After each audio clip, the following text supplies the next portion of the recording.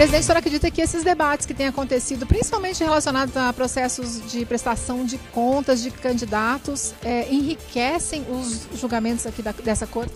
Perfeitamente. A nossa corte é uma corte muito inteligente. Sempre qualquer tema que chega é debatido com afinco.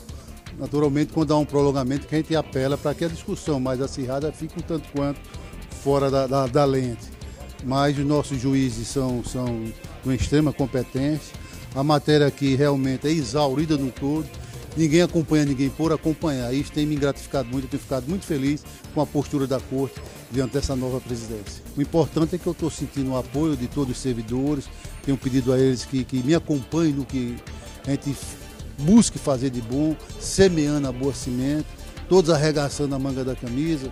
Os juízes da Corte estão unânimes comigo e eu fico muito feliz. Só quem vai ganhar com isso é o nosso alvo maior, que é exatamente você, jurisdicional.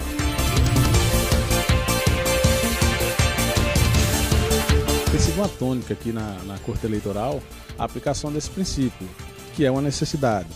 Muitas vezes a prestação de contas deixa a desejar nesse ou naquele ponto, mas desde que se verifique que não houve má fé,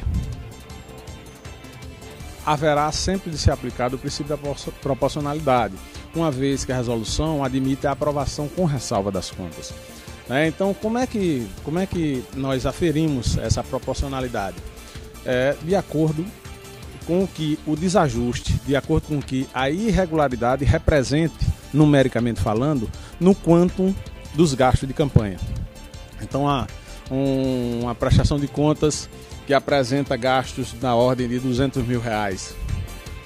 Se a irregularidade não chegou a R$1.000, não chegou a R$2.000, não chegou a 1% do total dos gastos.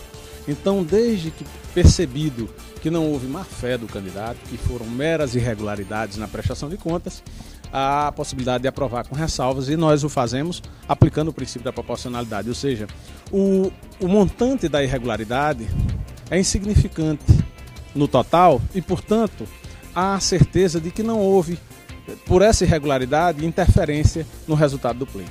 E dependendo também do contexto, porque não é só a questão da proporcionalidade, da aplicação do princípio da proporcionalidade, mas um conjunto de fatores. Se há outras máculas insanáveis, como, por exemplo, a ausência de emissão de recibos, a ocultação de gastos, que são valores que deviam tramitar pela conta. Há um outro também motivo encerrador da desaprovação, que é a ausência de abertura da conta bancária, quer dizer, que implica demonstra, aliás, que não houve a movimentação, não tramitou, onde se dá a ideia de um suposto carga 2. Aí, nesses casos, sim, é motivo, e assim nós temos entendido, de desaprovação das contas.